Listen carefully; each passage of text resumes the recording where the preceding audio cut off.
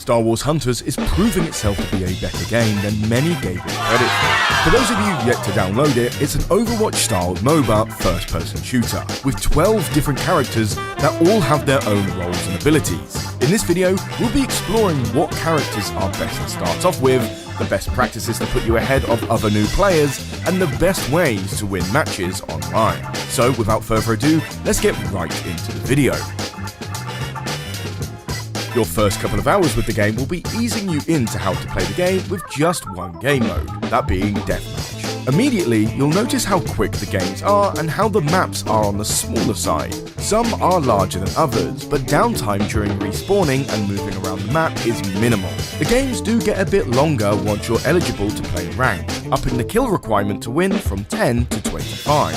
For the best ways to play, undoubtedly it's the Nintendo Switch. The higher FOV, graphics, gyro controls being extremely strong, and the game's UI being traversable with controller. Android and iOS require touchscreen despite a gamepad connected. If that's not available to you, BlueStack's Android emulator on PC is very accessible and works great with a Bluetooth controller, although we don't recommend playing it with a mouse and keyboard. It just doesn't feel that great. Touchscreen isn't that bad on mobile or iPad. It's certainly usable and gives the benefit of auto-shooting targets, but it takes away from getting that console game experience. If you're interested in us making a video on how to get the game running well on PC, let me know in the comments down below. So, what are the first things you can do to get an edge on new players like yourself?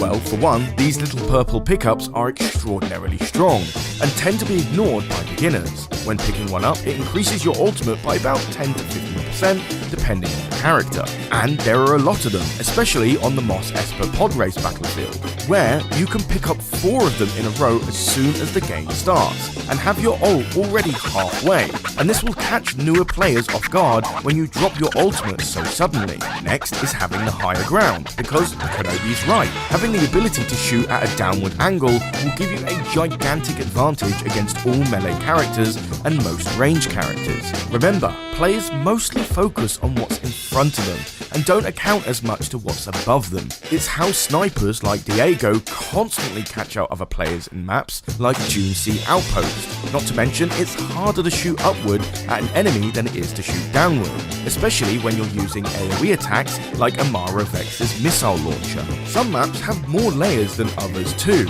whilst maps like Dune Sea Outpost and Mos Esper Pod Race are relatively straightforward. Battlefields like Death Star Crossfire has a third level of height that is easily missed, and if you're communicating with your team, having Scorer dropping an ultimate down the hatch at the top of the map could surprise many opponents trying to capture or defend the control point below. Finally, and probably the biggest one, is knowing when to go support. Whilst this might sound boring to some, at the time of writing, support characters are notoriously strong. Since many players are running on mobile, any form of mobility and healing will disorientate even intermediate players, causing them to stall long enough for one of your DPS characters to join the fray and help out, or prevent the enemy from capping the point. But, better yet, newer players never anticipate healing, so playing Sprocket or Scorer that stays close to a Sentinel player will overthrow even a 3v2 scenario.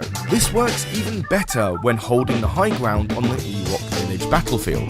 Next up is the characters, and they're split up between 3 classes: DPS, Tank, and Support. Characters' efficiency and win rates do change drastically depending on what game mode you're playing. Tanks like Groz the Wookiee play very well on control points but struggle during deathmatch. You'll be notified of what game mode you'll be playing during the loading screen before choosing the character, but we'll get into this a little later. 3 characters change every day, and you can permanently unlock characters just by playing the game. But if you can't wait, you can usually unlock a character with a skin or 2 for about $10. If you're looking to dominate players for the first hour or 2, the character Sentinel punishes players who don't understand their positioning or the mechanics of the game. With a decent health pool, big shield, and high DPS, it will feel somewhat unfair to play against him as any other character. If you are playing against him, understand that AoE attacks like Scorer's ultimate and Amara Vex's missile launcher bypasses his shields and cause direct damage. Sharpshooters like Diego can still headshot him with the shield up too, but more importantly, he's completely open to melee attacks, making him fairly weak to the decent Groz player. If you're looking for a good character that has a high skill ceiling and decent in all game modes, Arantal and Diego provide great mobility and damage, and become practically impossible to kill in the hands of skilled players.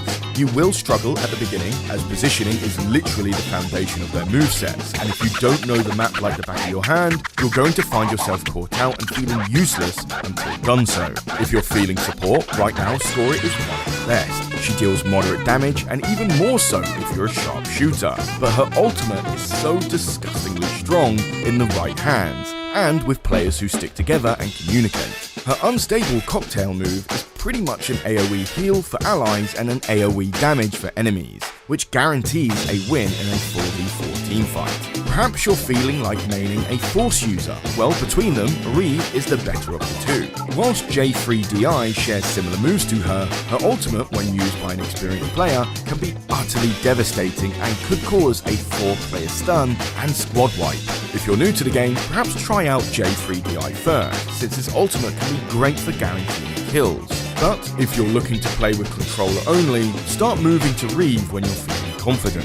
When it comes to game modes, the two you should be focusing on for now is Squad Brawl, which is pretty much deathmatch, and Power Control, which is just set control points. In Power Control, it's less about fishing for kills and more about understanding where the enemies are moving to and holding parts of the map. Tanks are always better on this game mode for their survivability, and supports are less risky, as dying isn't punishable towards opponents achieving the winning condition.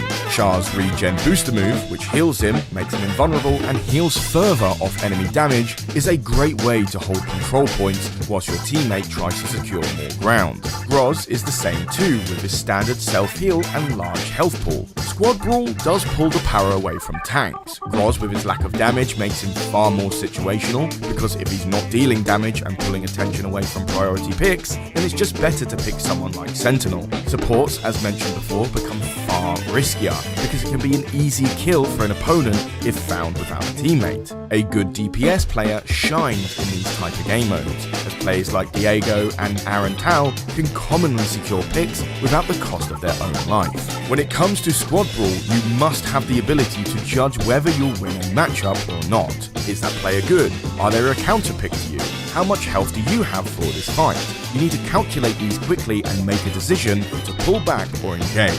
Don't ever dive in thinking that one of your teammates can finish them off. Retreat and find a better opportunity. Healing pickups aren't as powerful here compared to games like TF2 or Overwatch, which is probably purposely done to encourage players to engage more and make the game shorter. So, unless you have a healer support, you'll be in the back lines for a while before recouping enough health to return to the battlefield. So it's crucial to remember healing locations to minimize the downtime as much as possible. Now, let's dive into the stuff that didn't deserve its own section. After completing or skipping the tutorial, immediately go to your settings and remove that 30 FPS lock. Some phones may already have that setting chosen for you, so make sure you're running 60 before anything else. The graphics might be a little low for you too. On my iPhone 13 Pro, I noticed the game didn't provide the highest level textures and anti-aliasing, and after bumping them to the max, it was a large improvement with no slowdown. Next is a tier list. Everyone loves tier lists, and this is a tier list made by one of the top 100 players by Cloaksy's Art. The top characters are Reeve, Sentinel, and Scora, and I completely agree with these, with Sentinel being lesser of the other two, as he does need a strong support to completely unleash his potential. Zyna in high tier is quite a surprise for me, as I've noticed she deals damage very slowly and requires plenty of accuracy. Whilst her healing ability does require positioning, as she only throws it on herself, it's on an extraordinarily low cooldown, which probably explains why she is this high on the tier list. Her ultimate gives an immediate shield to her team, which also helps that rhetoric. Diego fits well on this tier too. For good, it's Arantal and Amara Vex, which makes sense, as they are decent players, but Diego just has that slightly higher skill ceiling for potential, with the mid having the likes of Groz, Char, and J3DI, which does make sense to me. New players might disagree though. As for the lowest tier, Sprocket is there for his very low health pool, and the reliance of his turrets to deal damage and not yourself.